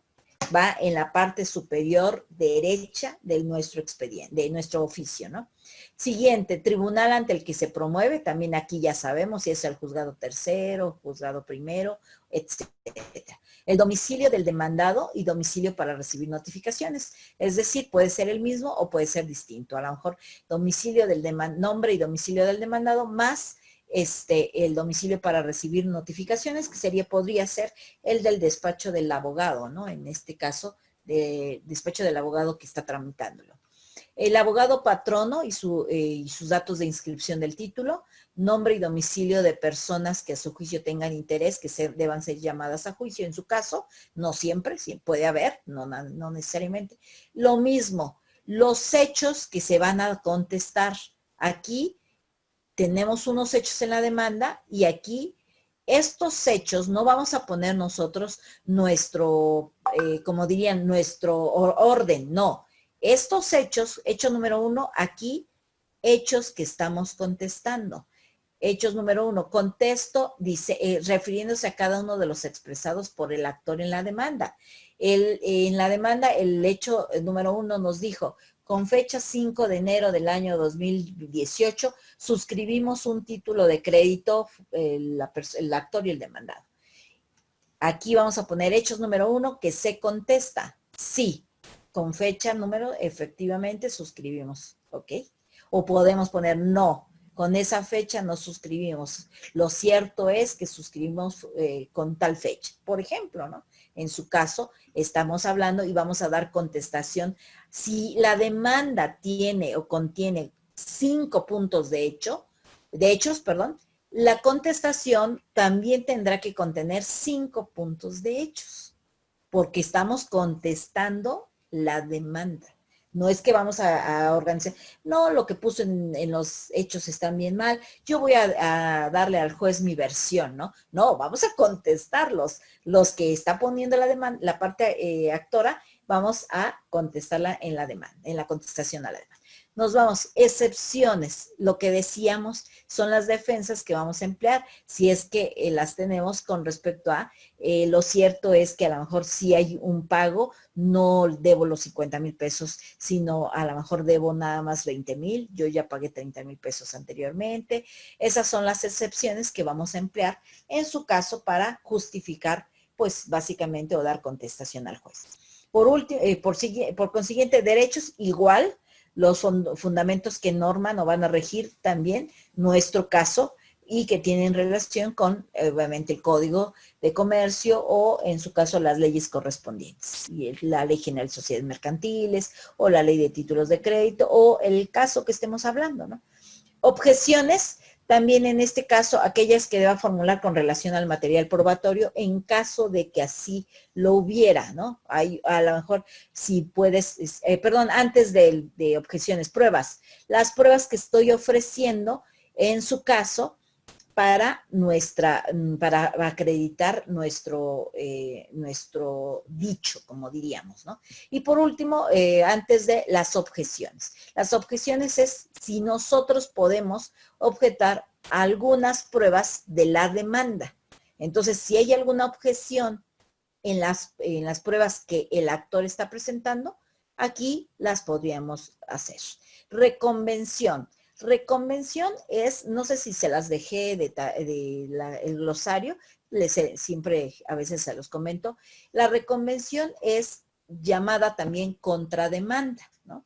Nosotros no le llamamos contrademanda. O sea, ¿tiene contrademanda? No. Generalmente en el tribunal siempre va a decir, hay reconvención, es decir, que aquí ya hiciste todo lo que está en la demanda, contestaste los hechos y opusiste excepciones. Pero ¿qué pasa si hubiera otros hechos que no están considerados y que en determinado momento tú consideras que son importantes en su momento o que también considerarías contrademandar básicamente a la parte actora? Lo vamos a manejar aquí. Reconvención en su caso es la demanda que vamos a intentar por esta vía, pero contra el actor, ¿no? Entonces, esta reconvención, si no todas las contestaciones van a tener reconvención. Puede ser que sí haya situaciones que precisamente no hayan sido consideradas y entonces decimos, no, necesitamos meter todo esto de esta situación, vamos a presentar reconvención. Esta reconvención, como si dice el caso, es una demanda para el actor, también el actor tiene que contestar la reconvención, porque si no estaría en estado de indefensión, porque decimos, ya lo demandamos, bueno, lo contrademandamos y no da contestación. Entonces, si hay reconvención, el tribunal le notificará al actor y le dará un término para que conteste también la reconvención. Entonces, en su caso. Pero volvemos, la reconvención no todos el demandado no siempre vamos a establecerla en la contestación, no todas van a tener reconvención, solo si hay algunos elementos que justifiquen ello. Siguiente, peticiones, lo que estamos pidiendo al tribunal en términos claros y precisos. Y por último, lo mismo, firmas del demandado, su representante o abogado patrono, ¿no? Nos vamos con otro punto, con otro punto que serían los medios de comunicación procesal. Es decir, el tribunal utiliza estos medios que se llaman notificación, citación, requerimiento o exhorto para efecto de poder estar en contacto con las partes o con personas, incluso los terceros, para ver cómo van a funcionar. La notificación en general, todos, la citación, requerimiento y exhorto, todos van a ser medios de notificación, ¿ok? Entonces, la notificación en general es el acto procesal por el cual el tribunal da a conocer el contenido de una resolución judicial a las partes. Esa notificación puede ser una resolución, no quiere decir una sentencia, quiere decir un acto que emitió el tribunal. Si presentas una demanda, recae un acuerdo y ese acuerdo se tiene que notificar a la parte demandada a través de algo que se llama emplazamiento. Entonces, el emplazamiento es una notificación. Entonces, si hay una sentencia, la sentencia se tiene que notificar a la parte actora y la parte demandada también. Entonces, es un acto por el cual el tribunal te da a conocer qué es lo que ha resuelto respecto de algo dentro del juicio. Nos vamos con otro medio de comunicación procesal que se llama citación. La citación es el llamamiento hecho al destinatario para que comparezca o acuda a la práctica de alguna diligencia. Puede citar el tribunal, por ejemplo, a los testigos. Cuando va a citar a los testigos, pues va a emitir algo que se llama citatorio y ese citatorio se establecerá por el tribunal y se notificará al testigo, básicamente para que el citatorio sea, por supuesto, llegue a su destinatario y ese destinatario pueda acudir a algo que está requiriendo el juez o el tribunal, ¿no? Si nos vamos al siguiente, requerimiento. Requerimiento también es un medio de notificación, pero a través del requerimiento, el tribunal te dice, conmina a las partes o a terceros a que cumplan un mandato judicial. Por esa vez, muchas veces nos dice, estamos notificamos con requerimiento. Es decir, te doy a conocer el contenido de una resolución, pero te estoy dando una orden para que lo cumplas. Te dice, solicitamos que comparezca, por ejemplo, también puede haber citación con requerimiento, comparezca el día tal, día 5 de agosto a las 10 de la mañana, a efecto de que se practique una diligencia. De no hacerlo, por ejemplo, de no hacerlo, se le impondrá una multa de tanto. Ahí va un requerimiento. Aparte de conminarte, básicamente es una exigencia para que des cumplimiento. Y luego también dice, en caso de no hacerlo, podrá incluso utilizarlo a través de, con requerimiento a través de la autoridad o de la policía. Es decir, incluso en algunos casos extremos, el tribunal podría ordenar que sea presentada una persona porque ahí ya lo le notificó, ya lo citó y la persona no vino y dice, a ver, te está pidiendo que vengas o que comparezcas, te lo está pidiendo un juez. Y entonces si hay desacato, dice, ordénese oficio a la autoridad, al poder ejecutivo a través de la policía para que lo presente. Tendría que ir la policía iría por la persona y lo tendría que presentar, ¿eh? Entonces, en ese sentido, digo, generalmente no es muy común en materia mercantil, pero está la situación de poder hacerlo, ¿eh? No nada más decir, pues yo no voy, no quiero, ¿no? En su caso. Esto no va para la contestación de la demanda, chicos? O sea, esto es solo si el juez considera que alguien no está cumpliendo un requerimiento. Pero ¿qué pasaría si tú dices, oye, pero entonces yo tengo que contestar la demanda a fuerza? No, no va para eso. Es solo para un requerimiento que el juez considere para que se cumpla un mandato judicial. Por ejemplo, trabar embargo y en ese caso entregar los bienes y no los quieres, entonces va el requerimiento. Pero no, el tribunal no está manejando el requerimiento por cualquier situación, ¿no? Por ejemplo, decíamos que si presenta el actor su demanda, la recibe el tribunal, le genera obviamente el auto admisorio. Una vez generando el auto admisorio dice notifíquese a la demandada. Y la demandada, ¿qué pasa si llega el tribunal diligenciario, toca en la casa de la parte demandada y dice buenas tardes o buenos días, vengo a notificarle una demanda? ¿Es fulano de tal? Sí. Bueno, vamos a suponer que es muy sencilla la notificación. Llegó, está el demandado y dice, ¿tendrá una identificación? Sí, acá está mi identificación. El demandado recibe la demanda, el diligenciario, que es personal del tribunal, da razón de que efectivamente se entrega la demanda a la parte, al demandado, y ya, se va. Y entonces te dice, tiene 8 días para contestar, si es un ejecutivo mercantil, tiene usted 8 días para dar contestación a la demanda. Y el demandado no da contestación, ¿no? En su momento, pues el juicio sigue, ¿eh? No crean que va a haber requerimiento para que, ¿por qué no dio usted contestación? No, el juicio sigue, se considera que se va en rebeldía, pero el juicio sigue hasta sentencia. Y una vez que haya sentencia, pues lo más seguro es que va a perder el demandado, ¿no? En este caso, porque no dio contestación a un derecho que le notificaron para efecto de que pudiera apersonarse. Sí, te escucho. Y si hay un desacato que no quiere ir y eso ya es con orden con orden del juez, ¿qué hacen cuando hay un desacato? ¿Los meten al bote o qué? No, bueno, con respecto a el requerimiento, puede ser que el juez ordene presentación. En la presentación solamente tráiganmelo, como diríamos. Que les comento, no es muy común, pero sí está regido por la ley en nuestro procedimiento. Pero en su caso, vamos a suponer que se llaman medios de apremio. Los medios de apremio son los medios que tiene el tribunal para que la persona de alguna manera cumpla con las determinaciones judiciales. Los medios de apremio pueden ser multa, pero también aparte de la multa, puede ser,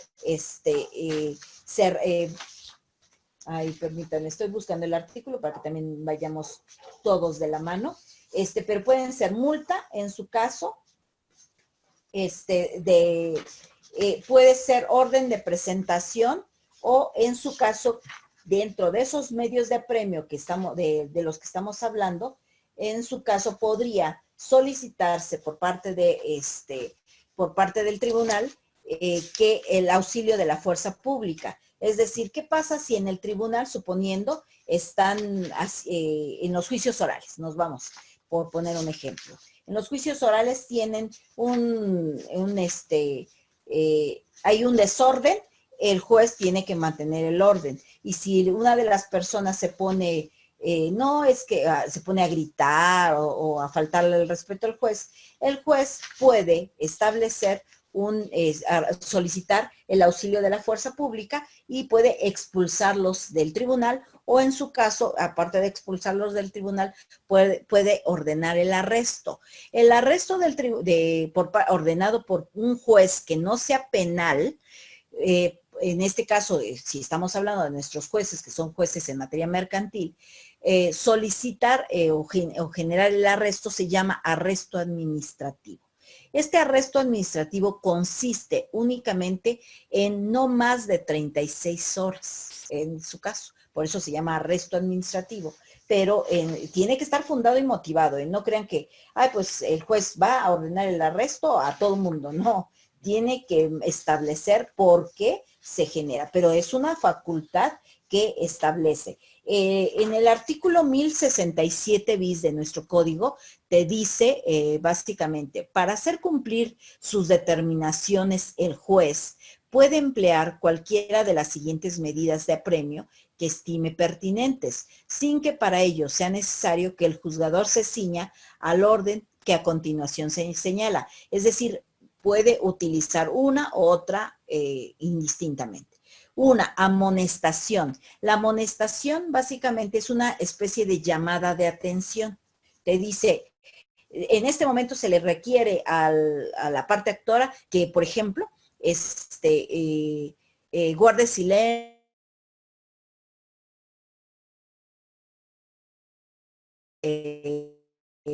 utilizando básicamente, no se le ha concedido el uso de la voz, o alguna llamada de atención. Es decir, como que la amonestación es simplemente te hace una advertencia, ¿no?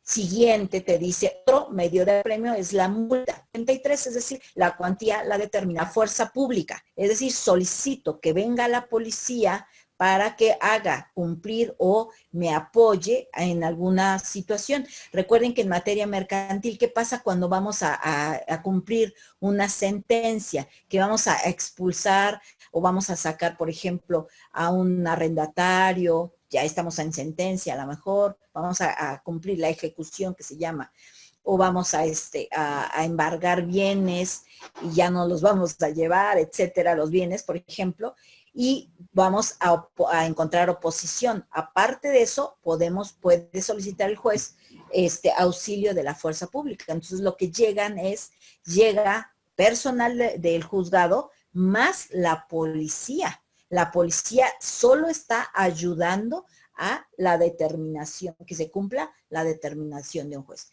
en este caso. Otro es rompimiento de cerraduras. Ese también es un medio de apremio. Puede llegar y dice, en su caso, si estamos manejando, vamos a manejar el desalojo de algo y hay cerraduras, el juez tendrá que dar la orden de que se rompan las cerraduras. Y una vez rompiendo las cerraduras, se hace un inventario de lo que esté conteniendo el local, por poner un ejemplo, de lo que tiene. En este caso, por esa razón se maneja. Otro punto es el arresto hasta por 36 horas. Recuerden, en materia judicial, un juez podría ordenar el arresto de una persona, pero nunca podría rebasar este término. Digo, generalmente puede salir antes de las 36. Por eso la ley te dice hasta por 36. No quiere decir que tengan que estar las 36 horas detenido, pero sí es un medio que podría el tribunal o el juez utilizar para hacer cumplir sus determinaciones, ¿no? Están dentro de esas facultades como medios de apremio, ¿no? Nos vamos con el siguiente y último dentro de los medios de comunicación procesal, que es el exhorto. ¿Qué es el exhorto? El exhorto, que como vamos a ver, es también una forma de colaboración, es una forma de comunicación, pero también es una forma de colaboración procesal entre órganos judiciales, de forma que el órgano exhortante requiere al exhortado la realización de ciertas actuaciones inherentes al proceso que conoce y que han de efectuarse fuera de su jurisdicción. Cada juzgado tiene una jurisdicción. Vamos a suponer, juzgado tercero especializado en materia mercantil, aquí en Puebla. Este juzgado tiene la jurisdicción en Puebla.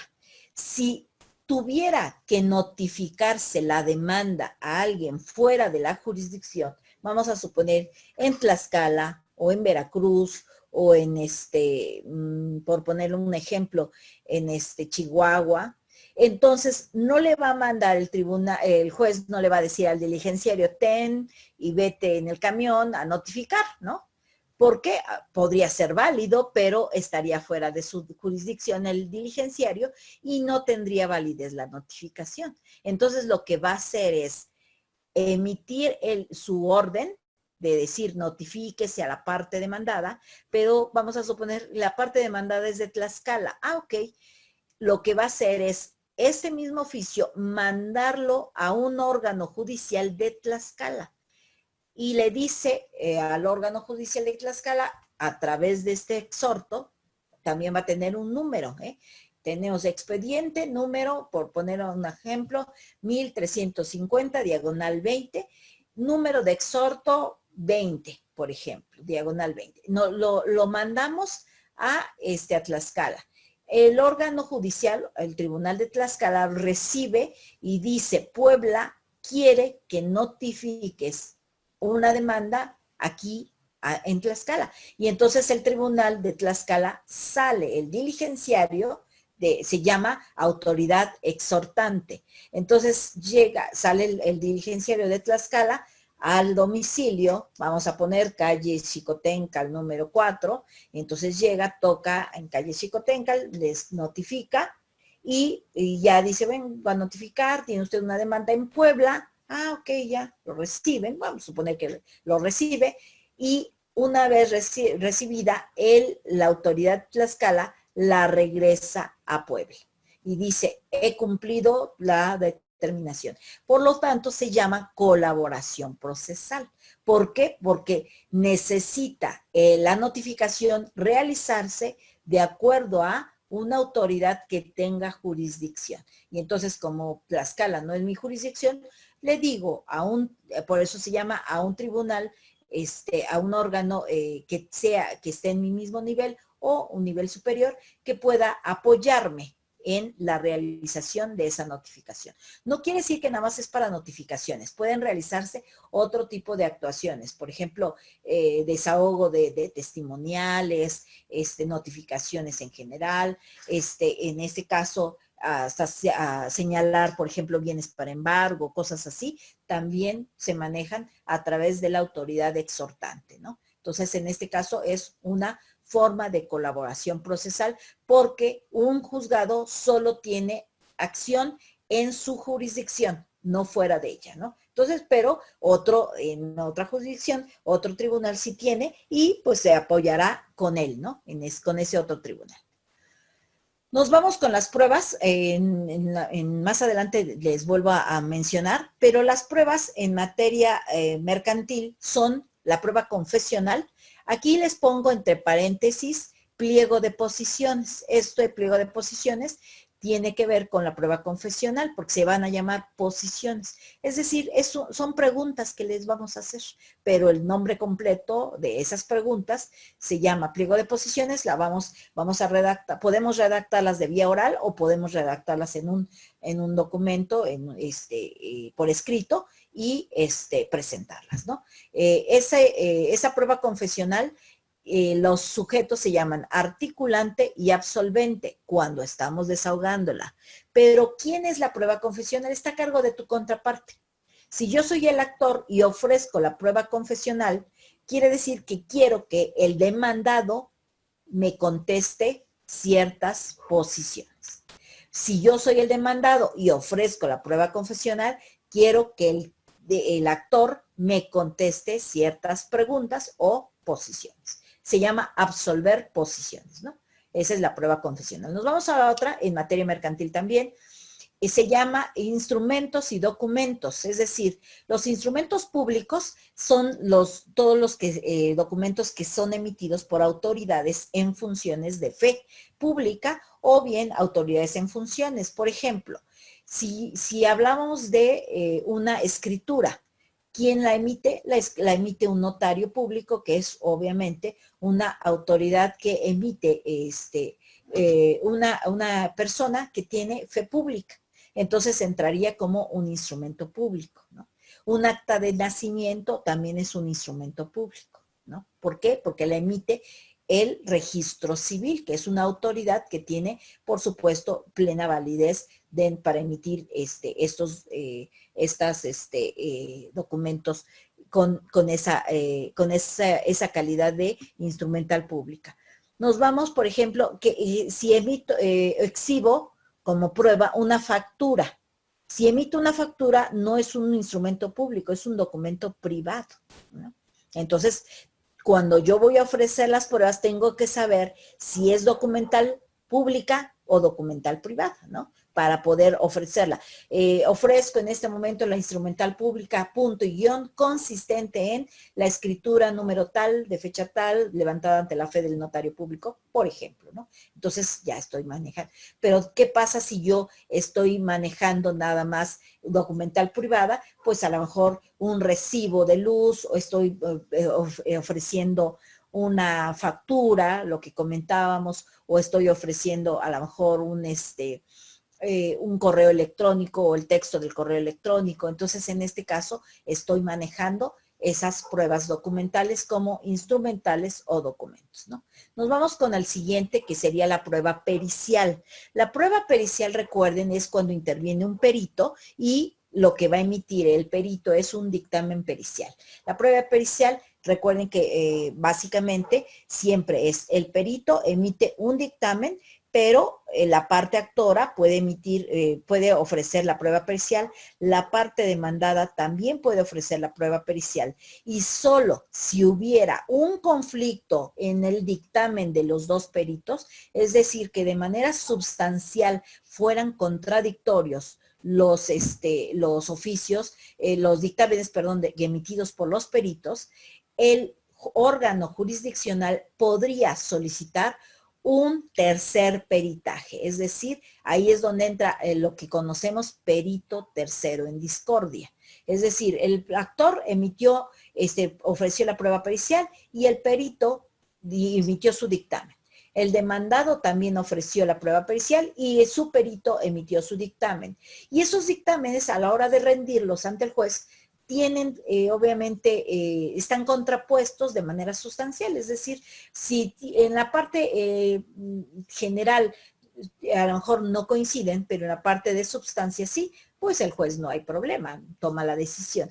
¿Por qué es la prueba pericial? Porque esto le va a ayudar al juez a tomar una mejor decisión para la sentencia, ¿no? Entonces el perito va a emitir su dictamen. Recuerden que los peritos van a ser personas que en su momento, ya se las agregué también, la de pruebas está en nuestro módulo del día, módulo de esta clase.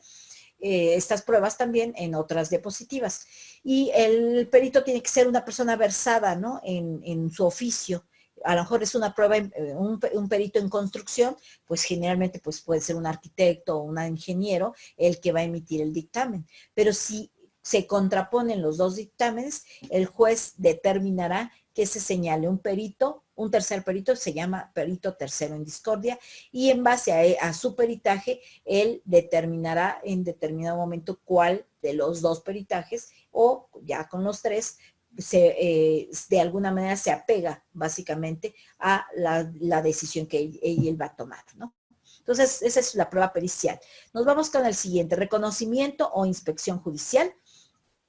La siguiente prueba testimonial habla de testigos. La siguiente es la prueba de fama pública y la prueba presuncional legal y humana. Me voy con, ahorita checo este punto, me voy a ir con otro que sería el de las pruebas para manejarlo más claramente, ¿no? Estas diapositivas, jóvenes, ya la tienen en la plataforma, ¿ok? Entonces, vemos, la palabra prueba viene del latín probus, que quiere decir bueno, honrado, que te puedes fiar de él, ¿no? Nos vamos con el siguiente. Estas son las pruebas que acabamos de ver ahorita, ¿no? Nada más que en diferente estructura: la confesional, testimonial, documental o instrumental, instrumental científica, mensaje de datos. Esta la agregué ahorita porque En materia, por supuesto, mercantil también se manejó, la pericial, inspección judicial, fama pública y prueba presuncional. La prueba confesional, les comentaba yo, es el instrumento probatorio a través del cual una de las partes en el proceso, en virtud de las preguntas que le articula su contraparte y que debe satisfacer los requisitos que exige la ley, responde de manera afirmativa o negativa a las aseveraciones que sobre hechos propios del absolvente aduce de ciertos la contraria. Es decir, la parte demandada va a contestar básicamente en unas preguntas de la otra parte. O la parte actora va a contestar las preguntas de la otra parte. Los sujetos son articulante y absolvente cuando estamos desarrollando esta prueba. Nos vamos con la prueba testimonial, es el medio probatorio a través del cual se pretende acreditar al juzgador la veracidad de los hechos sostenidos por las partes, pero valiéndose de la información proporcionada por personas ajenas al juicio, es decir, no es ni actor ni demandado, pero siempre y cuando reúnan las características que establece la ley y a las que les consta de manera directa la totalidad o parte de los hechos que se consideren controvertidos en el juicio. Entonces, en este caso vamos a llamar al señor Benito Torres como testigo y ese testigo va a proporcionarnos información de lo que a él le conste, por supuesto, pero él no va a ser ni actor ni demandado, simplemente estaba presente o estuvo presente en ese momento y nos hará saber respecto de eso. También le vamos a hacer preguntas al testigo, le van a hacer preguntas el actor, el abogado del actor y el abogado del demandado, ¿ok? Siguiente, la prueba documental o instrumental, que es la que estábamos viendo, documentos públicos o documentos privados. Este medio probatorio es a través del cual las partes, es decir, actor o demandado, acreditamos la veracidad de nuestras aseveraciones con textos escritos. Siguiente, nos vamos con la prueba instrumental científica. Esta prueba instrumental va de la mano con esta, porque se llama documentos o instrumentos.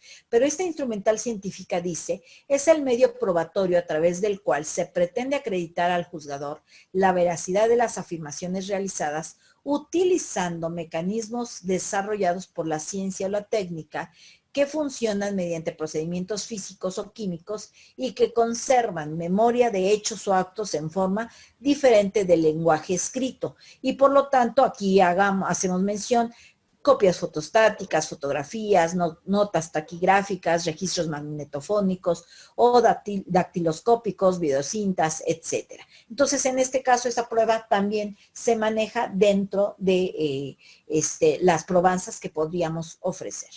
Nos vamos con la siguiente, el mensaje de datos. El mensaje de datos literal es entraría para algunos aquí como prueba instrumental, pero en nuestro código le da un carácter específico, entonces por eso la separé también.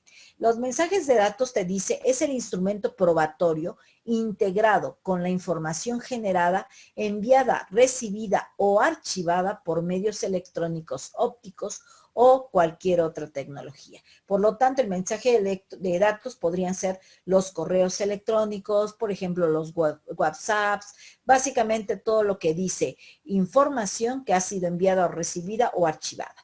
Recuerden, chicos, en materia mercantil, suponiendo a veces pensamos, si firmó un contrato, pues te obligas. Pero si tú mandas un correo electrónico, no, eso no tiene validez.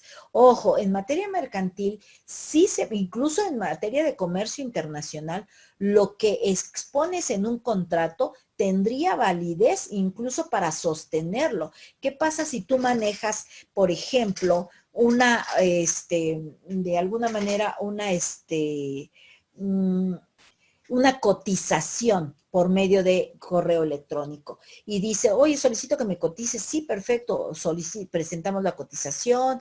Tienes que ser bien claro con la gente que está mandando este tipo de mensajes, porque de alguna manera sí se crea una obligación. En su caso, incluso en derecho internacional privado, de alguna manera no es necesario que nada más se maneje, oye, pero es que no tenemos firmas ni firmamos ni nada. tienen validez lo que tú manejes a través de correos electrónicos o algún otro medio. Entonces, en ese sentido, sí hay que ser muy propios en el caso de la información que estás mandando, porque en su caso sí se podría manejar como de carácter obligatorio para su cumplimiento, ¿no? En este caso. Nos vamos con la siguiente, la prueba pericial, que es la que veíamos. Va a haber un perito que va a intervenir. Es el instrumento probatorio a través del cual las partes pretenden acreditar al juzgador la verdad de sus afirmaciones de carácter científico o técnico a través de la información de una persona al proceso que posee conocimientos especializados en la materia. Es decir, podría ser a lo mejor perito en grafoscopía, perito en construcción, un perito médico, etcétera, ¿no? Entonces es una materia que, una persona que posee conocimientos especializados. A lo mejor también un contador en materia de análisis financieros, en este caso, porque a lo mejor decimos, no, pero es que no, pues manejamos la prueba pericial para que nos determine, pues de manera muy clara y precisa, con sus conocimientos especializados, los pone a disposición del juez para que el juez de manera muy clara pueda entender cuál es el motivo del conflicto y en su momento pues facilitarle la decisión que va a tomar en el momento de emitir su sentencia. Siguiente, la inspección judicial, que es la que estábamos viendo. Recuerden, esta inspección judicial tiene que ver con, también se llama reconocimiento judicial. Este es el medio a través del cual el tribunal se percata de manera directa de determinadas situaciones que son materia del debate, con que la parte oferente pretende probar la certidumbre de sus aseveraciones o de sus afirmaciones. Es decir, si ofrecemos la inspección judicial, queremos que parte o personal del tribunal salga del juzgado al lugar determinado que estamos estableciendo para que revise documentos de manera directa o lugares o haga una revisión y constate, como dice la diapositiva, directamente en este caso. Si se admite esta prueba, el personal del tribunal va a salir del juzgado a revisar y va a levantar un acta en ese momento y esa acta se va a agregar al expediente, ¿no? Entonces, te dice en el momento del desahogo de la inspección judicial, el actor o el demandado podrá acompañar. Pues tenemos que hacerlo porque puede decir que digas, pero como yo no la ofrecí, la ofreció la otra parte, pues yo para qué voy, ¿no? ¿Por qué? Porque lo que determine el personal del tribunal, al momento de levantar el acta, el actor o el demandado podrían hacer manifestaciones y se tendrían que agregar en el acta. Y entonces, si no fuiste, pues el único que va a hacer manifestaciones es tu contraparte, pero tú no vas a hacer manifestaciones. Entonces, sí tienes que estar muy pendiente, pues, de cómo se va a llevar. Entonces, pues, por eso te dice el código. Pues, si quieres, ve. Si no, no. En este caso, la inspección judicial se determina a petición de parte, es decir, el actor la ofreció o el demandado la ofreció, o de oficio. A lo mejor ninguno, ni el actor ni el demandado le ofrecieron la inspección judicial, pero el tribunal juzga conveniente hacerla, entonces el juez dice, a ver, vamos a ordenar esto, porque no me queda muy claro, ¿no? Y entonces ordenaría la inspección judicial de oficio, así se llama. De oficio es cuando el tribunal por el mismo juez lo ordena por considerarlo necesario. Y a petición de parte porque una de las partes está solicitando esta prueba. Nos vamos con la siguiente. La prueba de la fama pública es el medio a través del cual se pretende acreditar al juzgador la veracidad de los hechos controvertidos con testigos conocidos, honrados y fidedignos que hayan tenido contacto sensorial directo con lo que narran y siempre que estos sucesos sean uniformes y constantemente aceptados por la generalidad de la población. En este caso también tenemos, obviamente, aparte de esta diapositiva que les estoy agregando, cada una de las pruebas, recuerden que van a estar ofrecimiento, admisión, desahogo. Entonces, en este caso, ¿cómo vamos a ofrecer la prueba?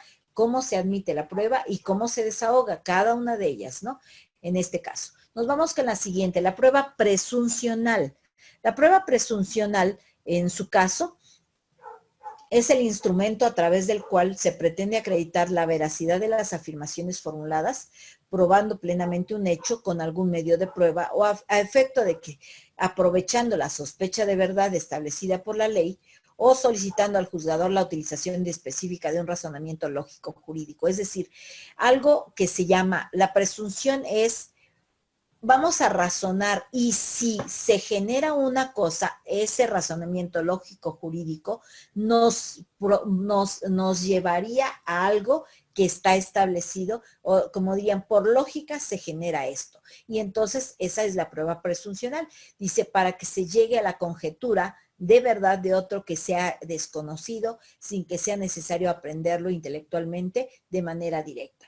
En su caso, si tenemos que dice, en su momento, la prueba presuncional hay legal y prueba presuncional humana. Entonces, lo que se presume, si el señor estaba a las 5 de la tarde, pues se presume, por lo tanto, que vio la entrega de la mercancía. Entonces, en su momento, la presuncional, aun cuando el señor dijo, es que yo no estaba, pero si usted dijo que en el punto número 5, que estaba a esa hora, por lo tanto, presumiblemente usted tuvo que ver la entrega de la mercancía. Entonces, vamos a hacer razonamientos lógico-jurídicos para localizar básicamente un acto en determinado momento. Esta prueba, ves, básicamente no es tan específica. Generalmente la ofrecemos para efecto de manejar que de manera lógica todo lo que se establece nos pueda beneficiar básicamente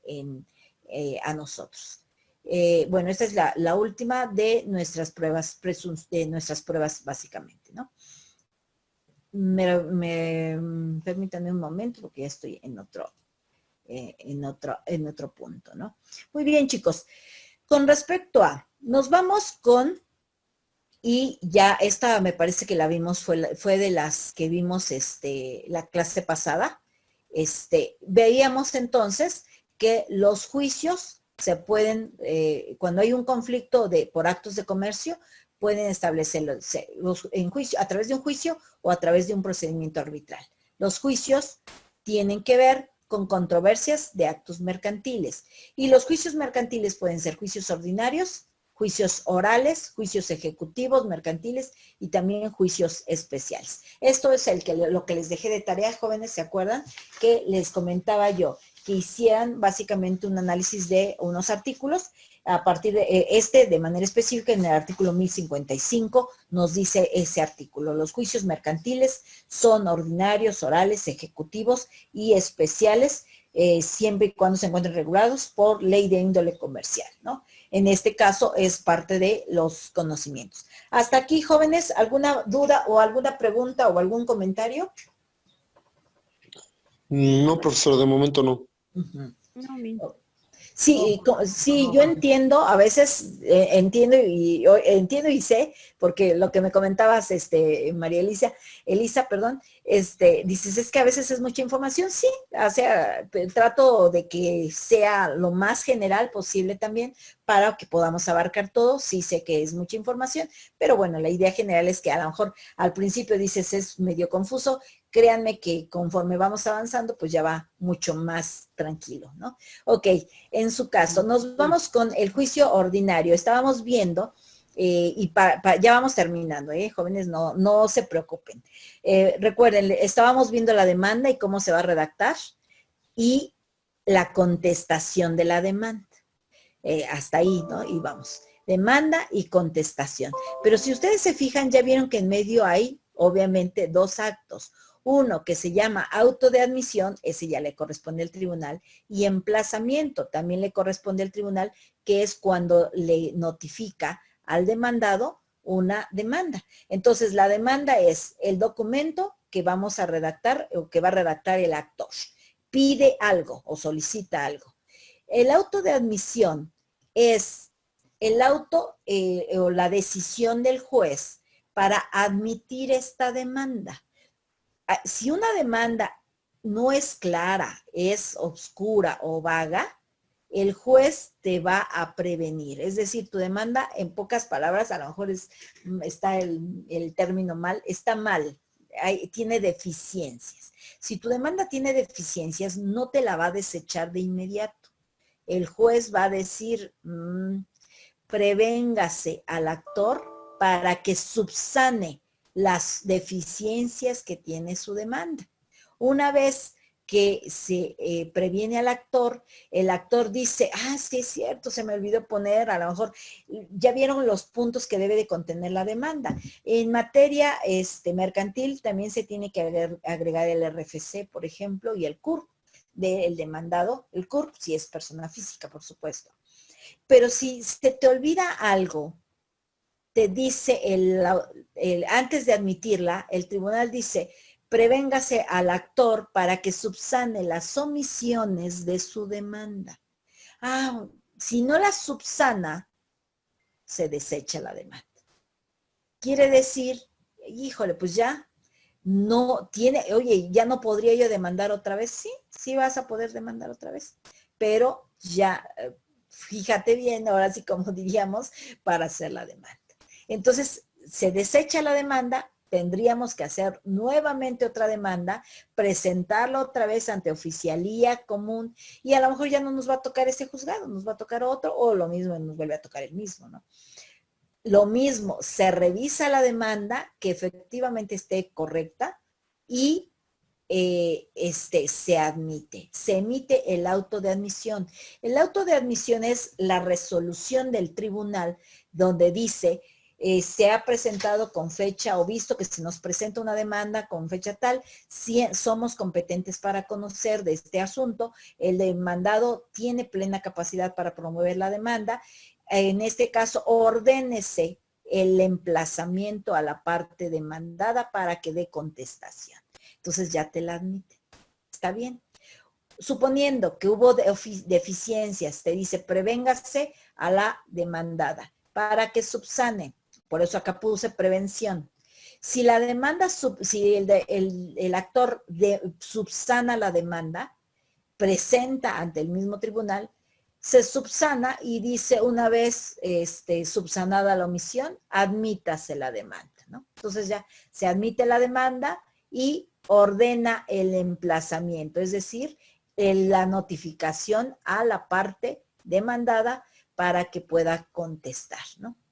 En este caso, entonces, el auto de admisión determina si la demanda va a proceder o no en su caso. Si dice, sí, está bien hecha la demanda, ¿qué pasaría si dice, la demanda está muy bien hecha, pero resulta que es una demanda laboral y nosotros somos un tribunal mercantil? Pues te la desecha, ¿no? Te dice, se desecha por no ser materia de nuestro tribunal. Nosotros somos mercantil y usted está tratando de ejercitar una acción en materia laboral. Entonces, vaya a los tribunales laborales, ¿no? Por ejemplo. Entonces, ahí sí habría, se desecha la demanda, o bien, en su caso, se previene para que me digas por qué me la estás presentando conmigo, ¿no? En este caso. Ese es muy importante. Nos vamos a quedar aquí, jóvenes. Demanda, auto de admisión, emplazamiento y obviamente el emplazamiento es darle a conocer al demandado que tiene un término para contestar esta demanda. Una vez dando contestación a la demanda, pues ya estamos estableciendo lo que nosotros decimos planteamiento de la litis, es decir, qué pide el demandado y a qué se opone, qué pide el actor y a qué se opone el demandado. Si hay exigencias del actor y se opone el demandado a esas exigencias, eso es motivo de nuestro juicio, mismo que vamos a establecer a través de esto, de las pruebas. No nada más por demandar y por dar contestación, sino qué pruebas estaremos aportando para que beneficien ya sea al actor o al demandado a través de las pruebas y sobre todo podamos desahogar esas pruebas y el juez puede emitir una sentencia favorable para alguno de ellos, ¿no? En su momento. Nos vamos a quedar en esto, chicos. Para ello, les estoy dejando una pequeña actividad. No sufran, la próxima clase no les voy a dejar ninguna. Les estoy dejando una pequeña actividad también de artículo nuestros artículos. Al 1067, ¿no? Así es. Pueden hacer un mapa conceptual o pueden hacer un resumen, lo que a ustedes sea mucho más fácil y por supuesto para compartirlo, tiene este artículo 1063 al 1067 tiene que hablar, habla más bien de las formalidades judiciales que son parte de los que vimos, para reforzar básicamente esta cuestión. Entonces en este caso, básicamente la próxima clase lo que vamos a analizar es este juicio ordinario, la diferencia con el juicio oral mercantil. Si ustedes se fijan en el juicio ordinario, todo es escrito, todo por escrito. El juicio oral no, hay una fase escrita y va a haber una fase oral. La fase escrita, la demanda, el auto de admisión, emplazamiento y contestación, que son los que estamos viendo hasta ahorita, es por escrito. Pero después de dar la contestación, el juez señalará fecha para la audiencia preliminar en la que vamos a ver esto, depuración del procedimiento, conciliación, medición, y una vez, esta es en una fecha. Y después, en la siguiente fecha, es la audiencia de juicio, ¿ok? En este caso. Muy bien, jóvenes, les agradezco mucho que se hayan conectado, les deseo que estén muy bien, dado la situación. Bueno, pues en este momento es desearnos que nos cuidemos, por supuesto, que estén bien con sus familias y en su momento también pues estar saludándonos la próxima semana. Les agradezco mucho que tengan un excelente fin de semana. Muy bien, nos estamos viendo. Gracias a ustedes. Hasta luego. Muy amable, muchas gracias, que tenga bonito sábado, hasta luego. Gracias, igualmente.